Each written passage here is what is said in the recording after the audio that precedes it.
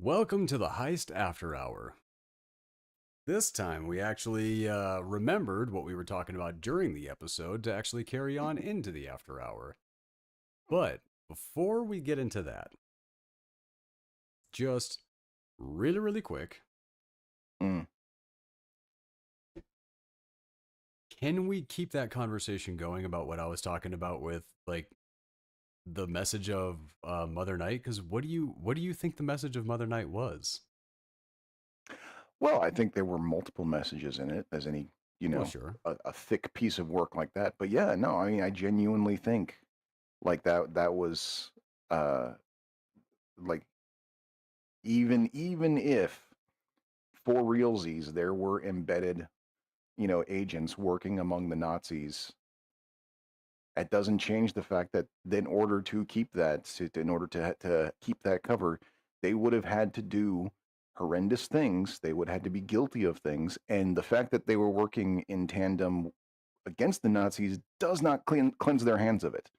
And I think that's probably, See I here. imagine that's something that a lot of undercover agents of every stripe, whether it's CIA or DEA, any of those guys, like whatever terrible shit they have to do in order to get in good with the bad guys. I'm sorry, that makes you a bad guy too. The fact that you're doing it to keep cover doesn't save your ass. And I think that's that where was I the kind of message. think with this character, missions like that, those are for like kamikaze soldiers. Mm, You should know what is at the end of that because if you're willing to do all of that, I mean, right.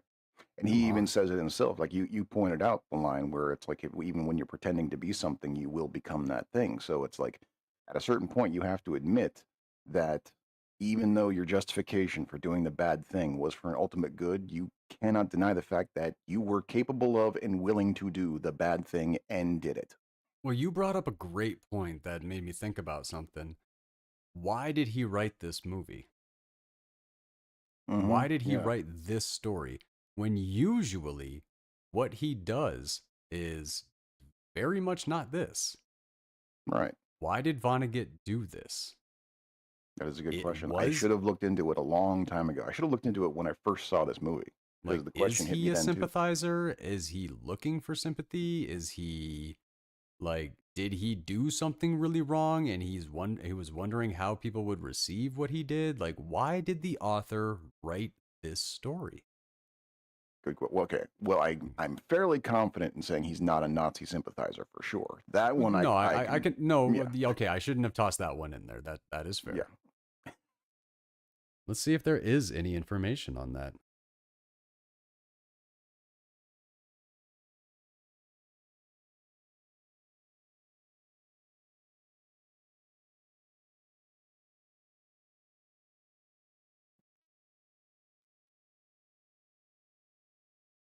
Inspired by a conversation he had with a former spy master at a cocktail party on Cape Cod.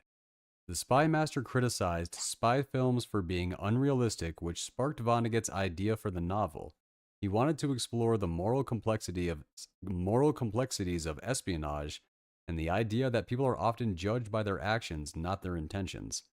Vonnegut also drew from his own experiences and observations, including the story of a real life American broadcaster for the Nazis, Lord Ha Ha, who was executed for treason after the war.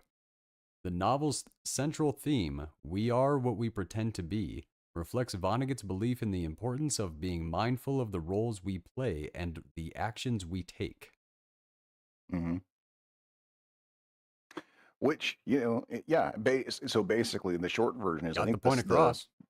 yeah, I think the short version is that this movie is the counter argument to the Nuremberg defense in every way. I completely agree that it's a must see. hmm I just don't like the art. I just don't like the defense that it sets up. Like, I cause it reminded me of, and this is gonna be rough. I'm not even gonna pretend this isn't gonna be rough. It mhm. reminded me of George Floyd and what kicked off the summer of protest. Mm. Okay, go usually, ahead. like back then and at that point in my life, yes, I was let's wait and see, let's find out the details. I mean, I'm sure we don't know everything. When that came out, somebody I knew basically said exactly that, and I was like, no, no, no, no, no. And then I realized this is kind of why things like this, people have this kind of defense set up for everything. Like, no, No, you that's don't true. know, you don't know why they did that. It's like sometimes the why doesn't matter. Yeah. Oftentimes, the why does not matter. Like, No, that's very true. But I understand why that people will get defensive about it on first try sometimes. And it does it's that human contract that, and I've talked about it before.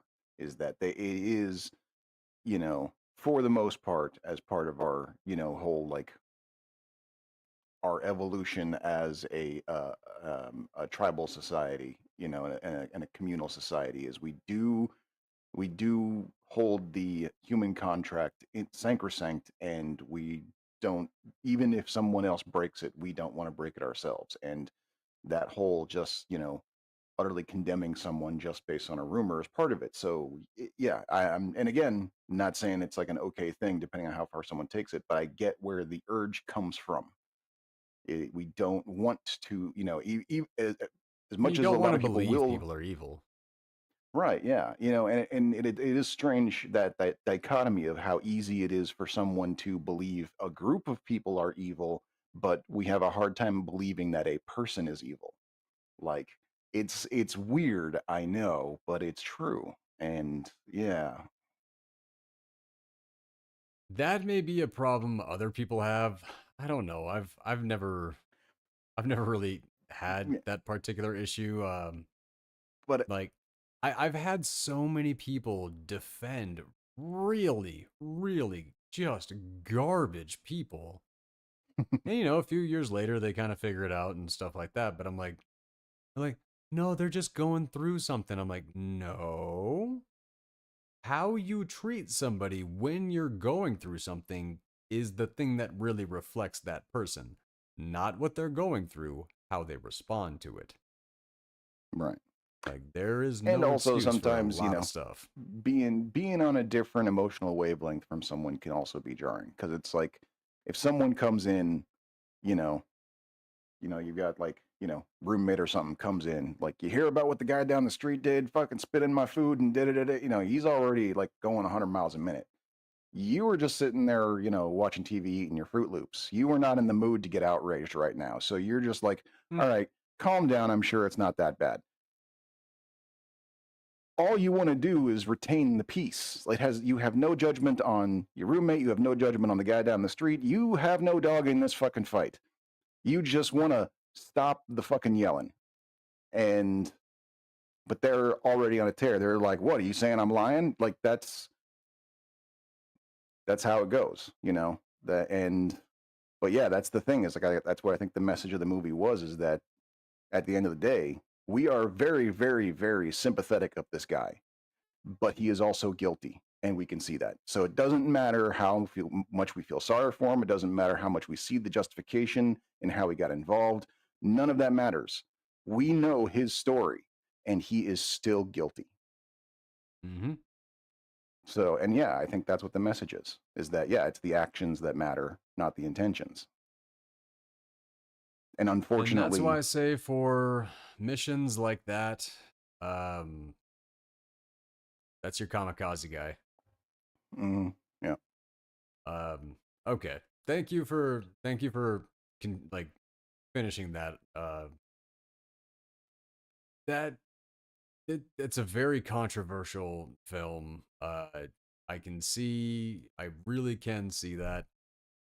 But if I have that problem with it, I do know many others would too.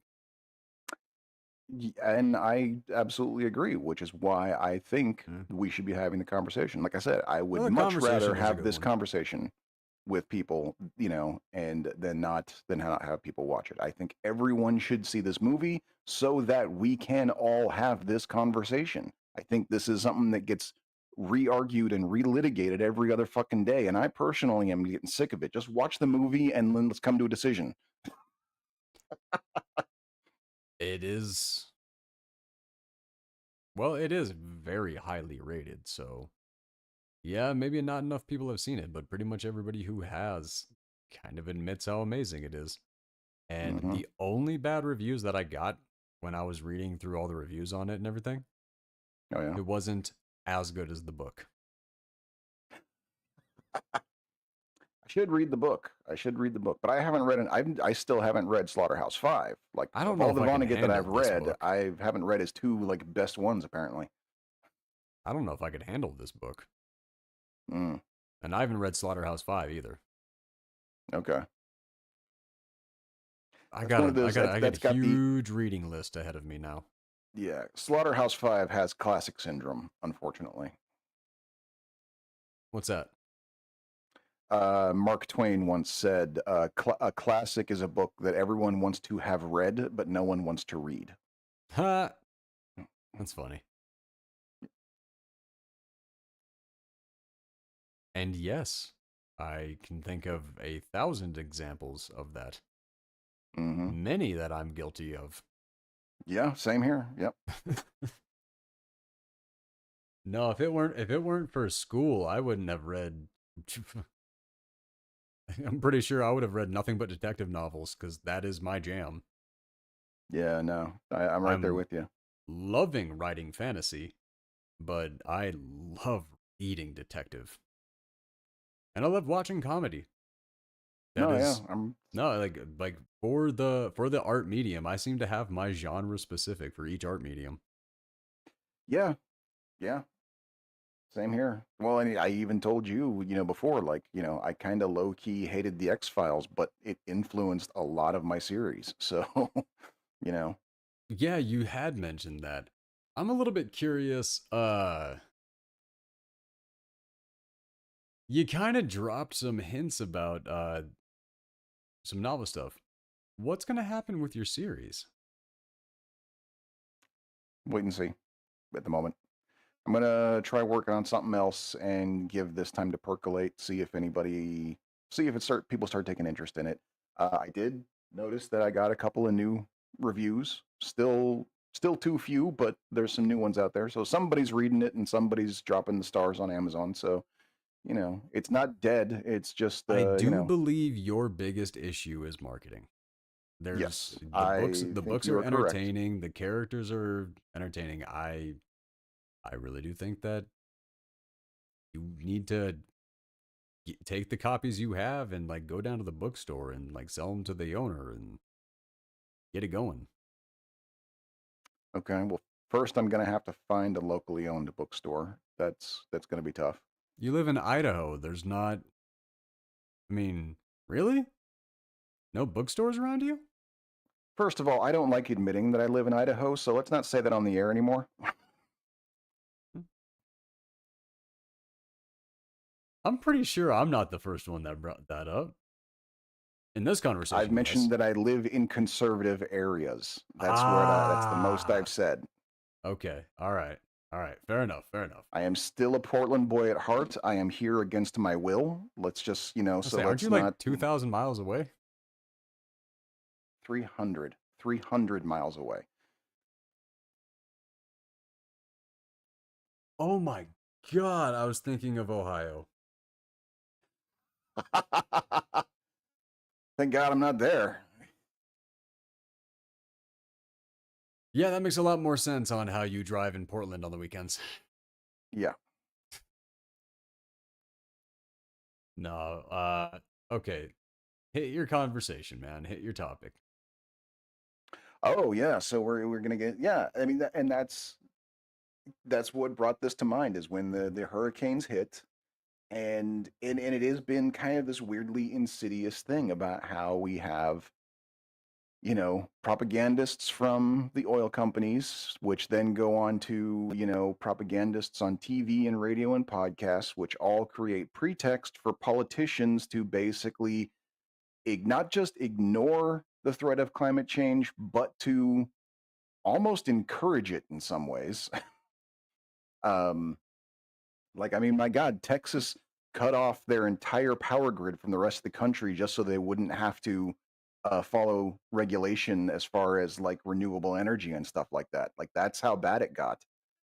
Um, and now we have countable dead because of it, because all the things that we were warned about that would happen 30 years ago are now happening, and people are getting killed. And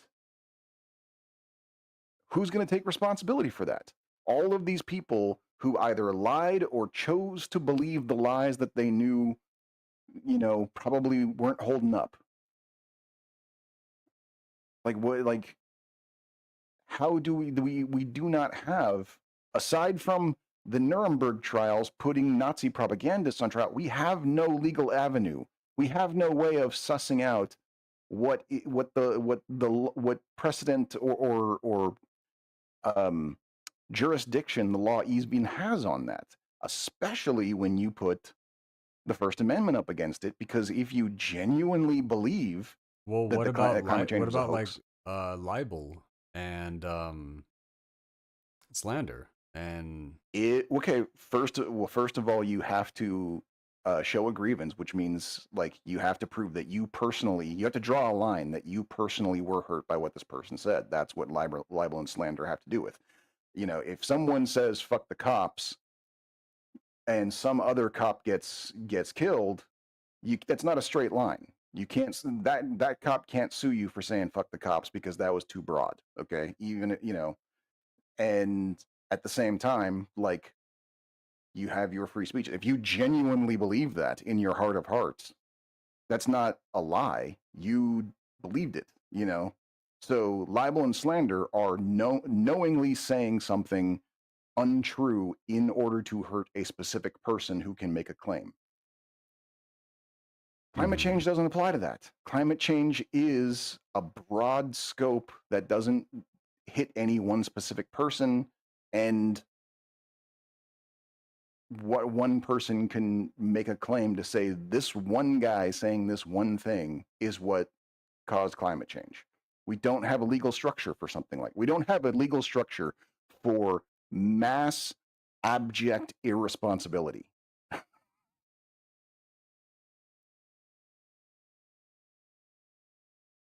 There have been lawsuits against fossil fuel companies for misleading the public about climate change. Okay, that's So that what okay. you're hoping for has begun. Okay, that's the companies, sure, and that's fine. You can sit there and because you can see the effects on that. What about Tommy Tupperville coming onto the Congress floor and saying climate change isn't real because I have a snowball in my hand? What about that? Where's his Yeah, comeuppance? that one. You Like that, can't sue somebody for stupid. right, exactly. Yeah. But my God.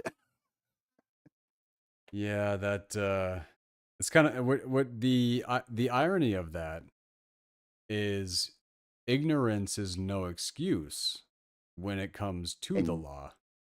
However, knowledge doesn't seem to come with a penalty for lying about what leads to public safety or mm, lack thereof.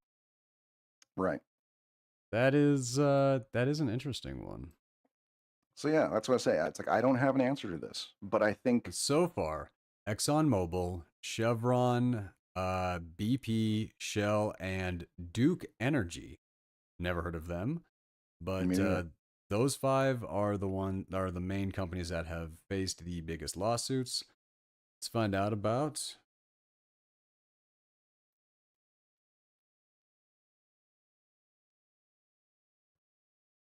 Hmm. Yeah, as far as it goes with politicians doing stuff like this, the only scrutiny that they have is the ethics committee, public accountability, which would be voting them out of office, and fact checking. Which all okay, well, the ethics office is apparently impotent and toothless and clawless and barely able to tell its own ass from the hole in the ground from the looks of it. Well, I don't know. Um, Matt Gaetz, he resigned from Congress and everything like that, even though his nomination for Attorney General went out the window. The ethics committee had they were about to go forward on that, and they still wound up releasing it. So, yeah, but that was only because he had no friends in Congress left. well, there is that. Yeah, No, like when it comes come on. to That's just as corrupt as w- everybody says it yeah, but is. It that's really the is. thing is like when okay, I'm gonna go ahead and I'll do the other side a bit because I'm fair and balanced. Um, Nancy Pelosi has been doing insider trading for 20 fucking years. Oh yeah, that's got to go. No one's even looked at her, let alone released a report. Like it's Oh no, so she fucking straight up obvious. walks off stage when she's being asked about that. Mm-hmm. So where's the ethics committee there? Yeah. No, that corruption is rampant. It's wild, and it's honestly, I mean, that's why the Democrats lost. People Mm-hmm. want change. The Democrats are they don't offer change. No, they Like offer that's at best with like the other guy is worse. Is the only thing they've been running on for the last for a 16 long years. time. Yeah, and I mean, at least with yeah, Obama, we actually were voting for somebody. for his first election, yes. Starting with Obama's reelection, the only move the Democrats had was the other guy's worse, and that's all they've had since then. All right. I mean, I mean, what? How do I argue these things?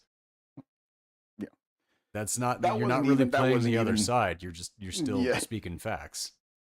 yeah, that's true. Yeah, No, that's but as much as much as I want change and as much as I want tradition, because I you can have both.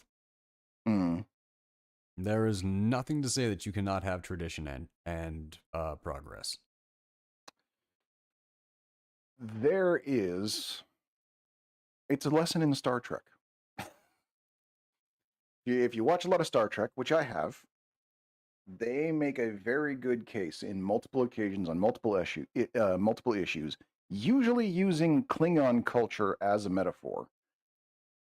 But they have made it very clear on a lot of things that tradition is for remembering your past, not for restricting your future. Yeah, And as long as you can follow that, then you're fine, you know.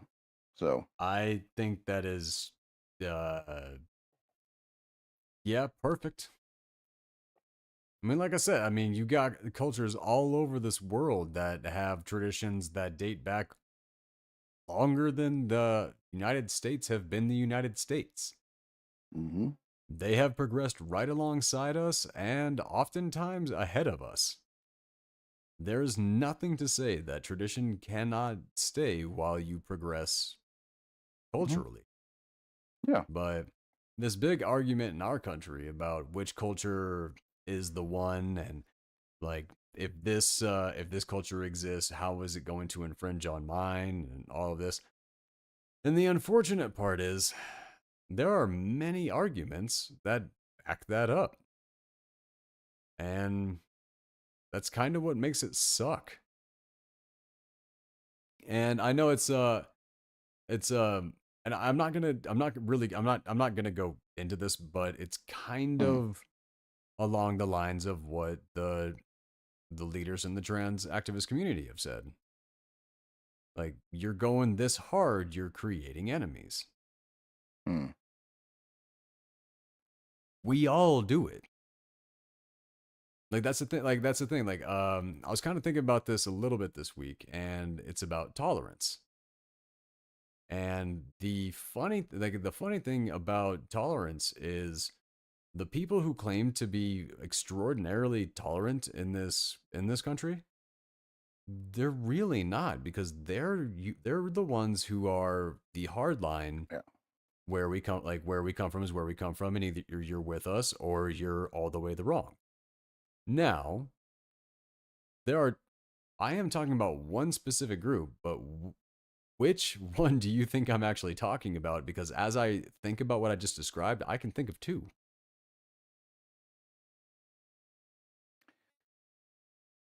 Say it one more time. I'm not sure I followed it all the way through. Essentially, Sith. Dealing in Okay. absolutes. Either you're all the way with us or you're against us.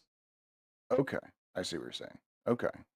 Which I've made that I comparison, mean, like talking to I've seen, liberals in the past couple of years, and it has yeah, and never gone well. well, I've seen shades of it in everything, honestly. I mean, Mm-hmm. hanging out going to Comic-Con, it's like Spider-Man fans feel that way. Oh, but I'm talking So, about like we're talking yeah, politics. Like yeah. that's No, no, like and but yeah, the the same. two That's what I'm groups saying. that It's I'm like it's a talking about. I can describe them both exactly the same way, and that's the problem. We're all supposed to be more in the middle ground. and there. Yeah, I can see what you're saying there, but sometimes the middle But we ground, but you root feels for like what you're feels rooting like giving for. up. Yeah, and But that's the thing. We don't make peace with, things that we agree with and stuff like that. You make peace, you find your compromise, you find what works, but literally the world ain't perfect for anybody.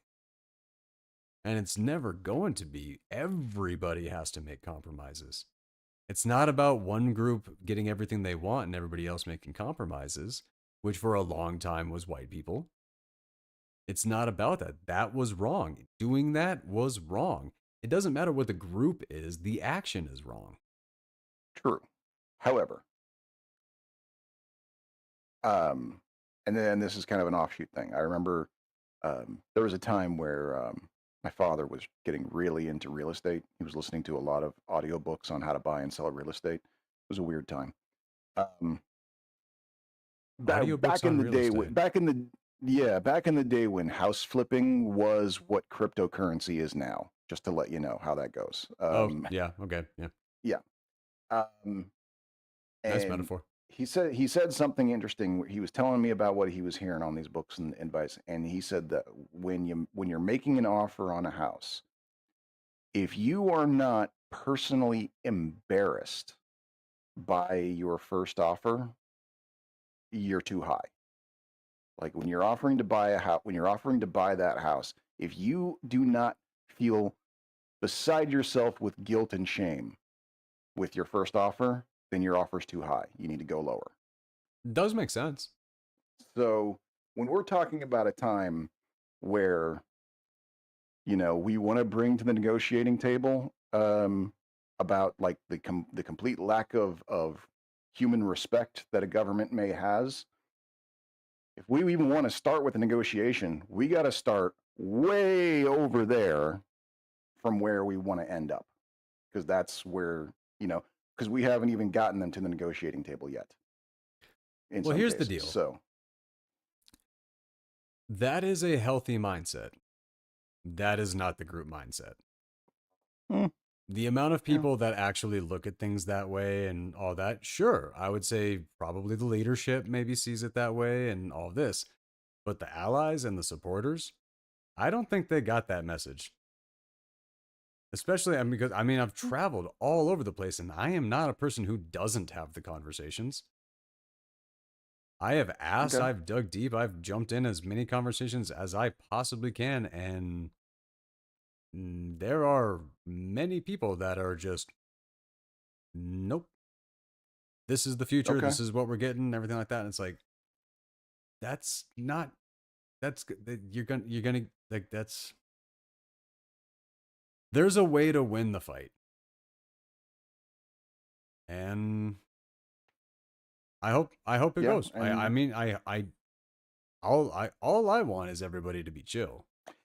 I mean, personally, like especially after this last election, there's a part of me that's feeling like maybe we should go further, because like if they're going to accuse us of being a bunch of crazy liberals, maybe we should just go ahead and do it anyway. You know, I have said before that I may be accused of being a communist, but I don't think private property should be removed. Well, maybe now I should start saying private property should be removed just to fuck with you guys. just to basically say, you want crazy socialist? I will give you crazy socialist. I'm coming for your fucking house. Well, that's where it's. I mean, that's where it's probably going to go. I mean, the harder people fight, the harder people fight back. That's just how that Hmm. goes. Yeah. But and that's where a lot of people really genuinely have that concern over where we're going, because there is the, you know, where does it end? And the question over where it ends, where you say, like they start in the like going way too far and stuff like that. For the people who do wonder where does it end, like they think that is the goal, and if that is the goal, it makes sense why you have people fighting it. Hmm. I think like that's why I say the conversation is the thing that is the most important. The ability to ask questions is right up there. Right up there. Getting understanding is never not going to be the number one thing. But I mean, where our country's going, where our world's going, at this point, I have no idea. I know what I was hoping for. I know what I am hoping for, but I I no longer have hope. I didn't for a little bit. I was starting to feel pretty, down about things. I actually got turned around by an audiobook I listened to a couple weeks back by Jason Pargin, formerly known as David Wong, wrote John Dies at the End. Okay. He's got another book out, brand new, called I'm Starting to Worry About This Black Box of Doom. Well, that's a good title. Yeah. Oh, the man is an artist at titles. Like that's where he really really shines. Fair enough. Um, and he has a bit in there where he talks about how like we literally are kind of by most metrics in a golden age. More people have access to food and clean water than ever before in history. Murder rates and violent crime rates are at historical lows. Um, by most metrics, we are living in the best time in human history, but we all feel like it's all going to come crashing down any second now, and we Mm-hmm. don't really have a good reason to feel that way because it just isn't. We're talking about technology that, while yes, some infrastructure might go away, the technology is out there and now known. The infrastructure will come back. Like there, I'm not are worried things about the going to be great for technology. it? I'm worried about Yeah, the people.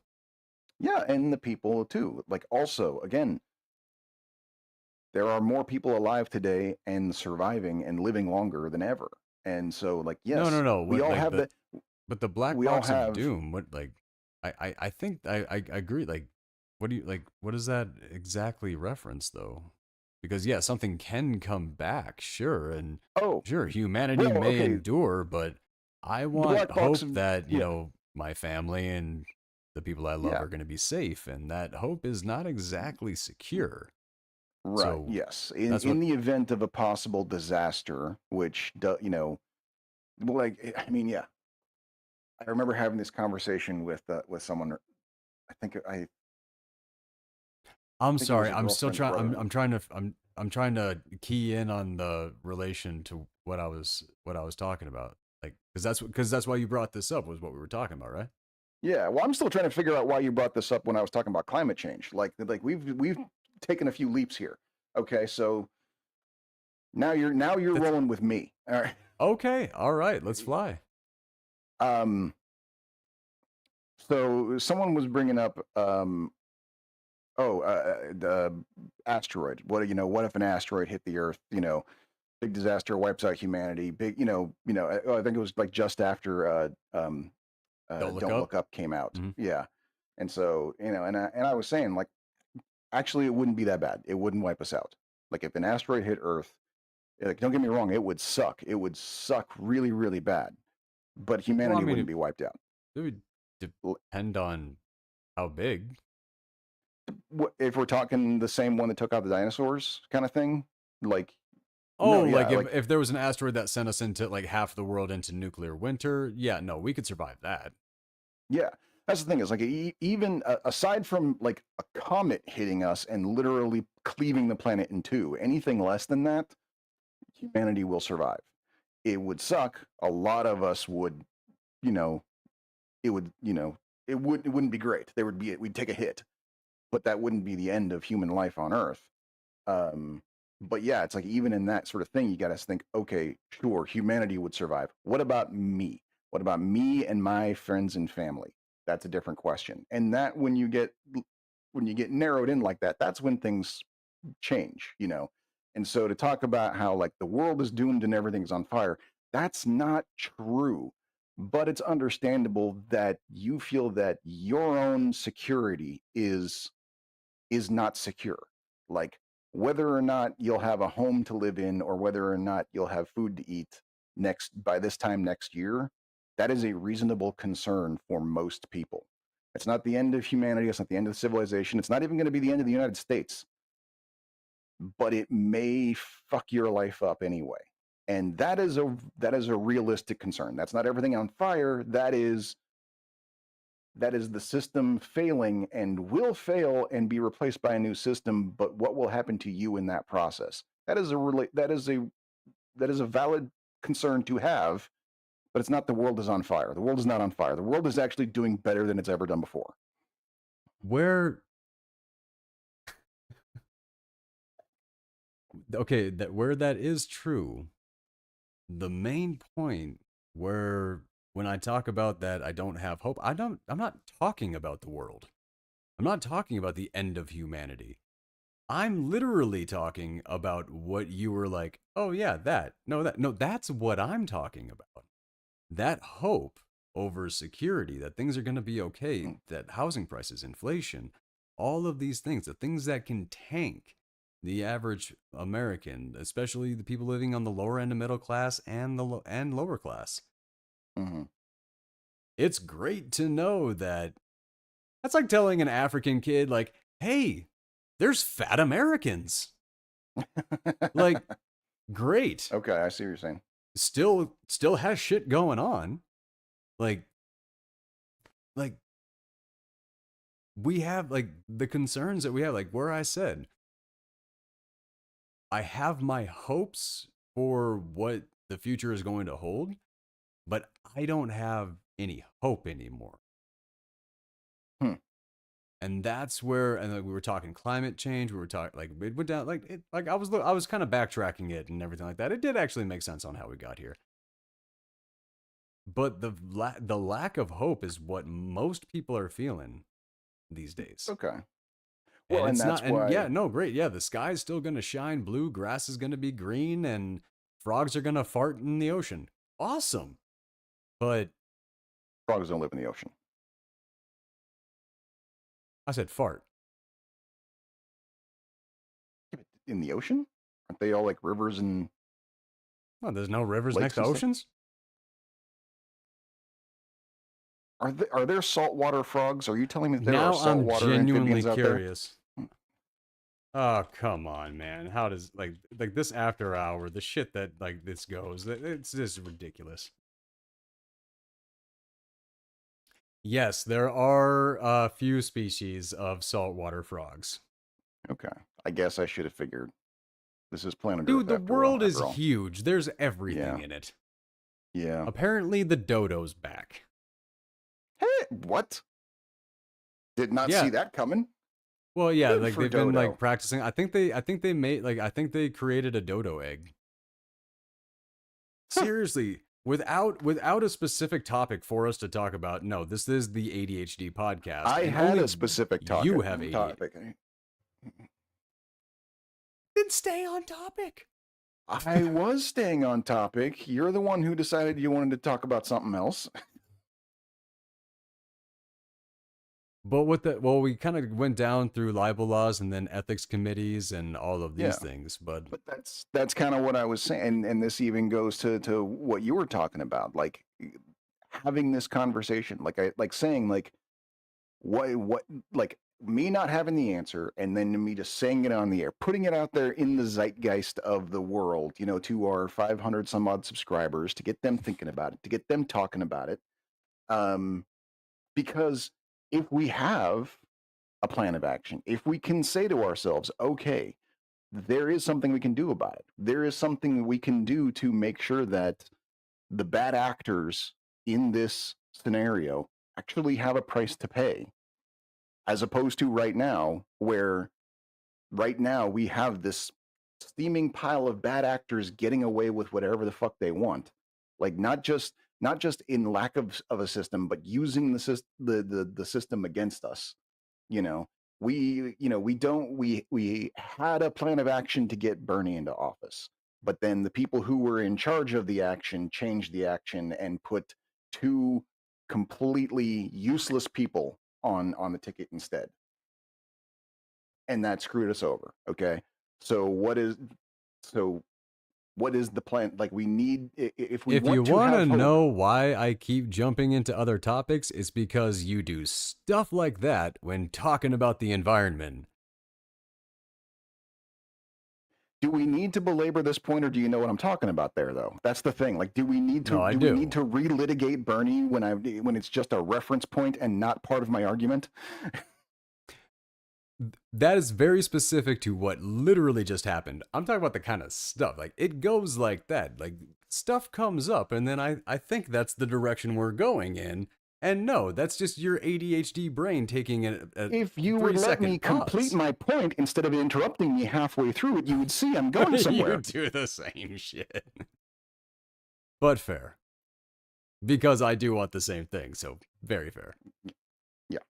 So, but yes, what I'm saying is that if we have a plan of action in place, if we put that out there in the zeitgeist, get people thinking about it, get people talking about it, even throwing around some ideas, like we just said, we were talking, where do libel laws go, things like this. You know, if we can formulate in the groupthink of the world some plan of action, that's where the hope is. Right now, the hope is, what are we gonna? We are hopeless because we can't see what we can do about it.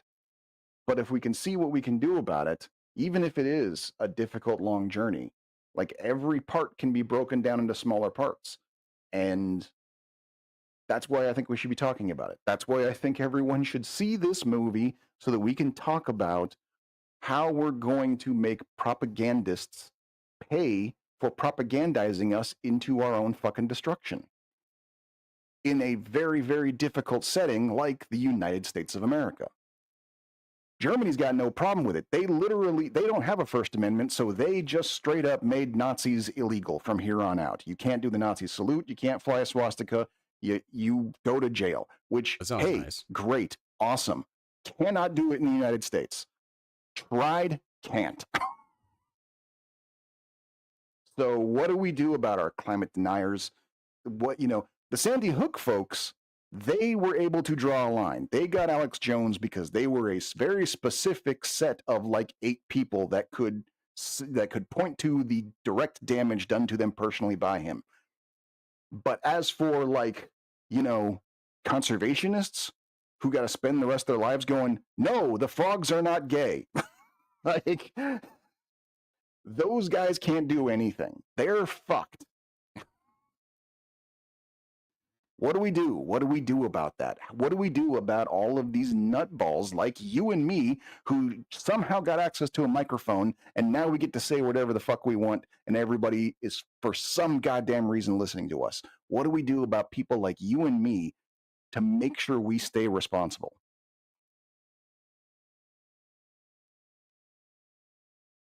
I don't know when your conversation is over because all you're doing is asking the same question over and over again. So I thought this conversation was over a little bit ago, but I see. you kind of jumped on me about that. So I don't really know what's going on. I have a deep-seated What's the fear of point? being misunderstood, so I tend to drive the point home. I apologize for that. Okay. because because I am now done. exactly, there Go. is no answer to that. There's like, what do we do about it? That is the point of the conversation. We all want to know what we can do about it. We all want people to suffer consequences for the destructive things that they do. However, there are a massive amount of people on the other side who don't, because there are a massive amount of people on the other side who want to be able to say and do and get away with whatever they want. Actually, no, that's on both sides. It's uh yeah. No, I had a weird thing kind of happen this week, a little bit Mhm. that kind of got me a little bit. I see where the allies come into a little bit of a struggle. I was out shopping at Best Buy. Person that was helping me, um, uh, little beard, not exactly like feminine hair or anything like that. There was no possible way that I could have, like, no indicator in any way. But when I referred to this person as he, I got the daggers stared at me.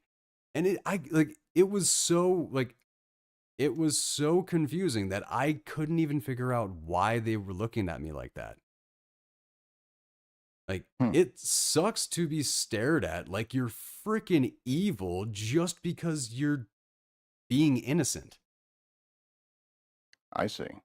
Like, I literally did nothing. Like, this person, like, a little bit of like some nail polish or something like that, I would have had a question. Super clean shaven, maybe. I don't know. Probably wouldn't. I would have assumed this was a professional person at work who maybe shaved. I don't. Like, there was nothing. This looked like me when I worked at Radio Shack. And the level of hatred that I got just tossed on me.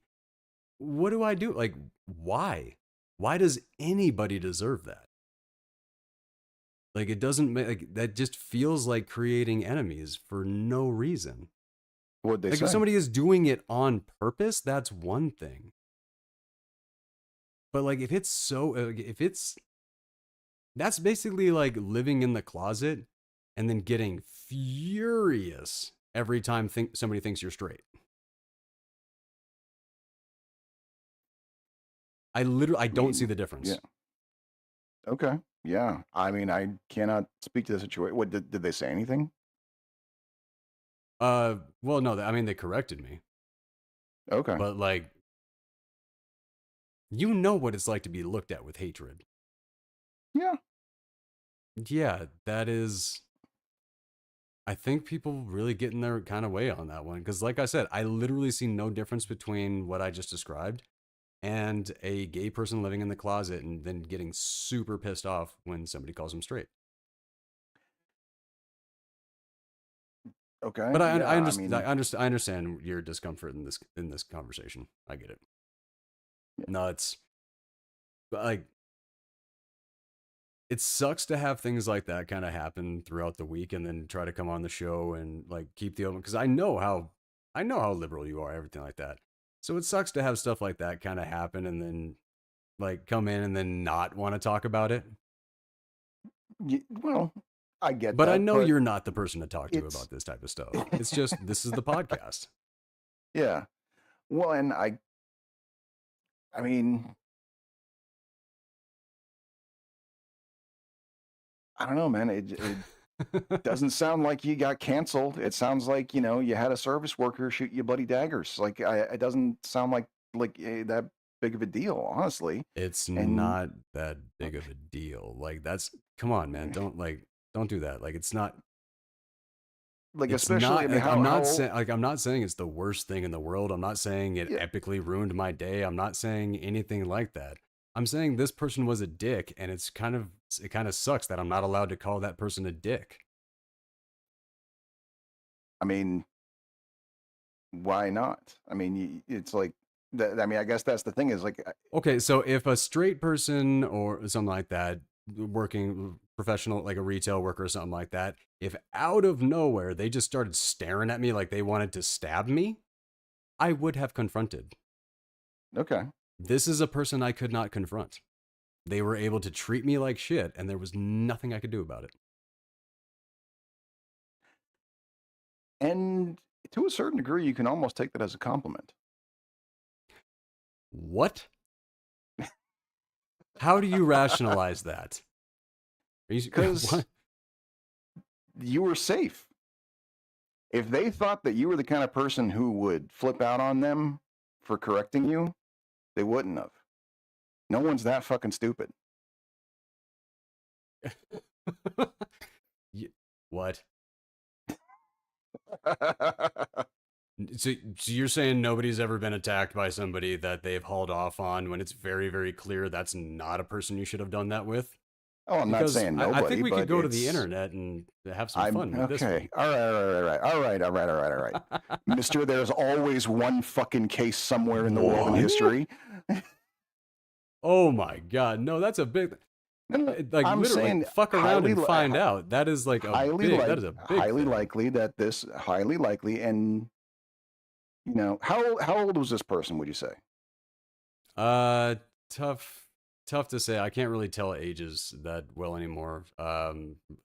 Some people tell me I look like I'm 25, which I know, but I don't know, anywhere between 23 and 35. I don't...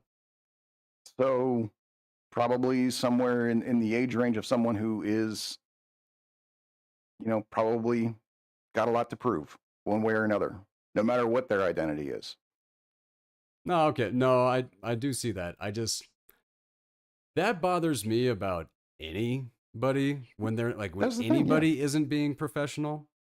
Yeah. That's kind of thing. It just really, really bothers me. This specific type of scenario, I couldn't tell if this person was fucking with me or not. Because like I said, there's a beard, dressed literally dressed how I would have dressed when I worked at Radio Shack in North Dakota. And then I used the wrong pronoun and just just cold and very condescending the rest of the time. And when we canceled the transaction to walk away, you could see it wasn't confusion, it wasn't like, oh, or anything like that.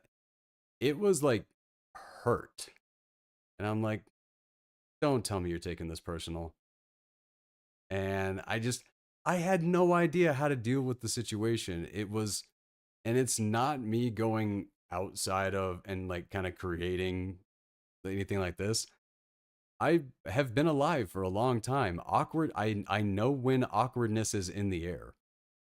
I know when hatred is in the air. I know when condescension is rolling, and just didn't feel comfortable even asking for somebody else because I was worried about winding up on somebody's camera phone because I asked to work with somebody else because the person that was working with me was being rude and condescending. But if asking for somebody else, I was worried about winding up on somebody on a camera phone on the internet.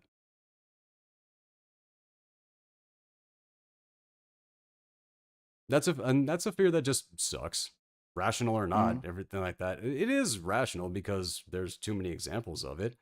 And the fact is, where we've talked a lot about a lot of different things, the few who suck ruin it for the many. There is not a blanket statement to say all of this group does this or doesn't do this or anything like that. There are a few in there, and you don't know when you're talking to one of the ones that suck. Yeah, no, I know. So I know I've been very lucky in that myself. The fact I've been very cavalier with my use of pronouns, and no one's gotten pissed at me yet. You know, so that's. I have been told that because I look like a lot of people's high school bully, I get no leeway. Oh, you know what? I could see that. Yeah, that's a problem. Yeah. Yeah, I look like the guy who treated everybody like shit back in high school. And because of that, like people's trigger sensors are like already dinging as soon as I show up. No, yeah, that is unfortunate. Yeah. So yeah, no, you and I do live in two different worlds like that. Like you are not a threatening looking person. I look like everyone's drunk fun cousin. So yeah, I get away with murder. You would make an excellent serial killer. I would not. I wouldn't be able to get away with it for a day.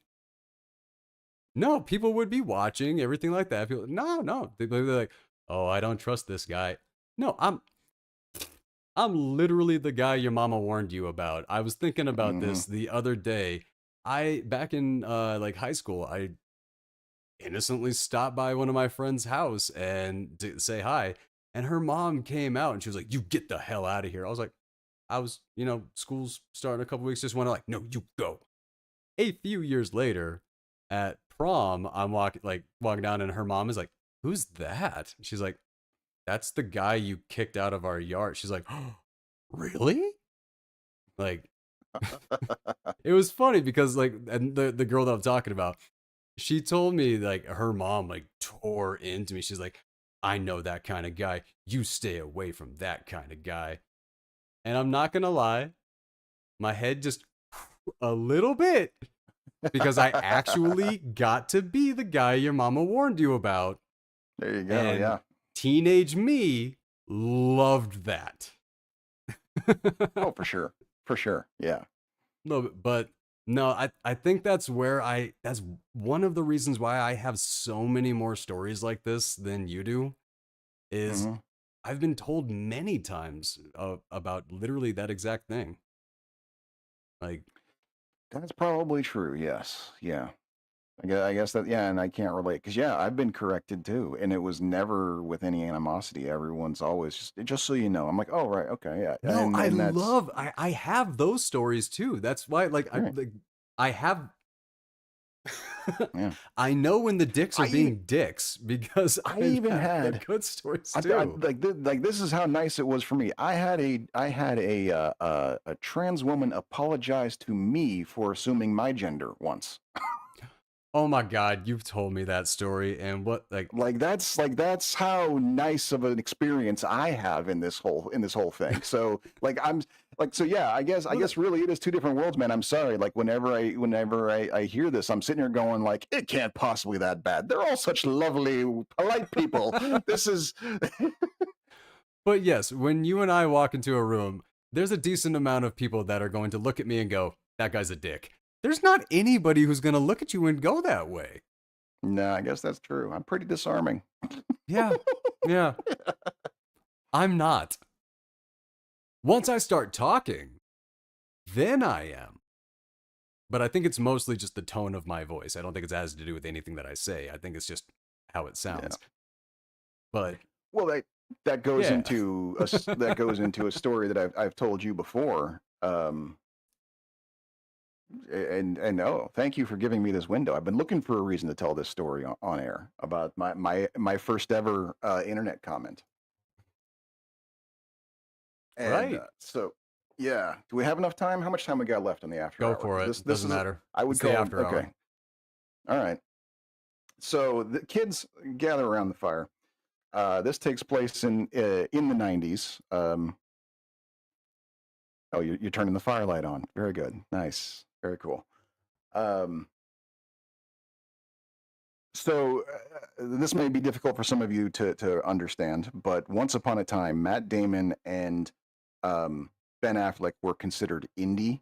They were indie actors. And once they won their first Oscar, they had an idea to sort of revisit their indie roots by holding a project called Project Greenlight. Big deal, big huge deal. Every wannabe screenwriter got involved, and what it was is they said that they were going to hold a contest, a giant nationwide contest of screenwriters, first time screenwriters.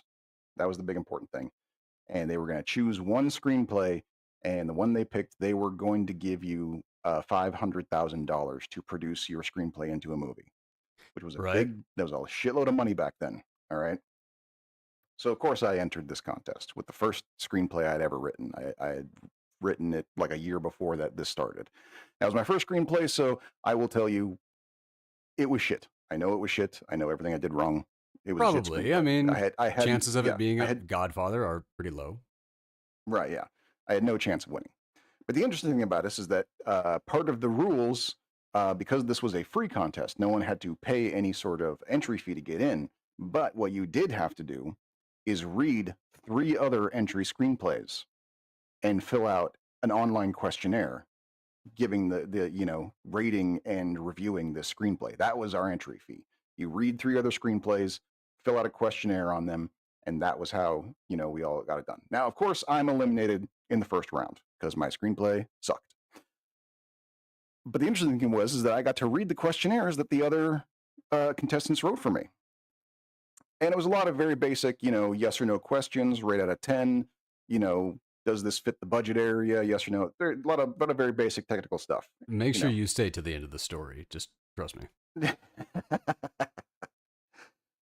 But of course, at the very end, there was a comment box, and this was before the days of the comment section. This was before YouTube, before any of that. There were no other comment boxes, but this one had a comment box, character limit.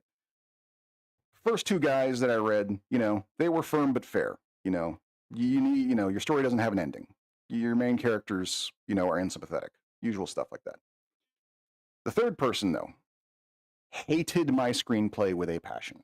Like, absolutely they gave, on every metric, I got a 0 out of 10. On every yes or no question, they said no. This person fucking hated my screenplay. I forgot And about so, the straight across zeros. I forgot about that yeah. part. God, that would hurt. But yeah, go ahead. Go And ahead. so, of course, I'm like, after a little while, I'm like, I'm not even gonna like. I'm just scrolling down to get to the end. Like, what did this person say? What is in the comment box? What pissed them off so much? And I found out they wrote one sentence only. It's been 25 years, and this sentence haunts me in my sleep. They said, and I quote, "No woman would ever say, 'suck my dick.'" End quote. And they're wrong. Right. That was it. So Every time many I'm examples come to mind of women in film, in music, in real life saying and that. I've seen them all. I was quoting a female friend of mine in that screenplay when I wrote that line. That's like, you could not be more like, and that's what's haunted me. It's like, that was like the first thing I thought when I read that was, have you met a woman? Like, it's No, oh But that's god. the thing. Okay. But that kind of this is what brings me around to my point, is that was the hard lesson I learned. So why when the comment section began on the internet writ large, why I never believed in it, and also why when you tell me these stories, why I don't get as worked up about it as you do, is because I learned very very yeah. very early on that anything someone has to say about you in that regards has nothing to do with you.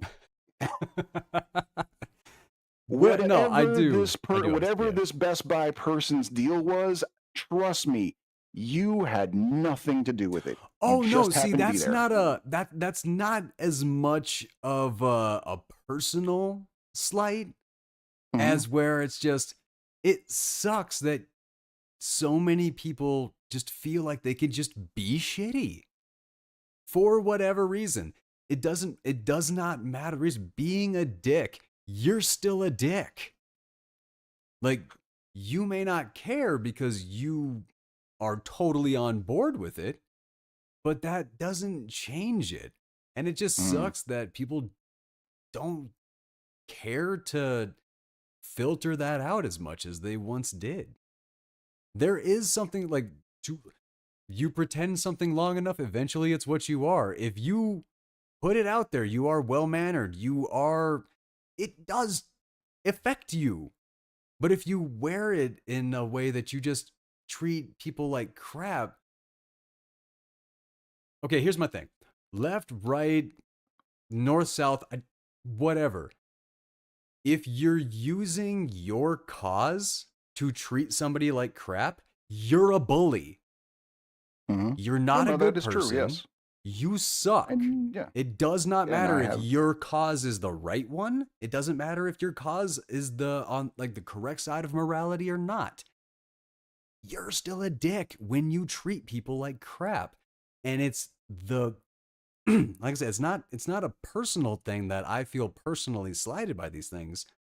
I'm saddened, and a lot of my hope gets kind of lost in the fact that people just don't care to be decent. It's just their caring is a lot less. Sure. Sure. No, Well, that's I just mean, it's just a crappier world. You know what I mean? I might be able to give you some hope with a metaphor that occurred to me while I was driving the other day. Final thought. Final thought.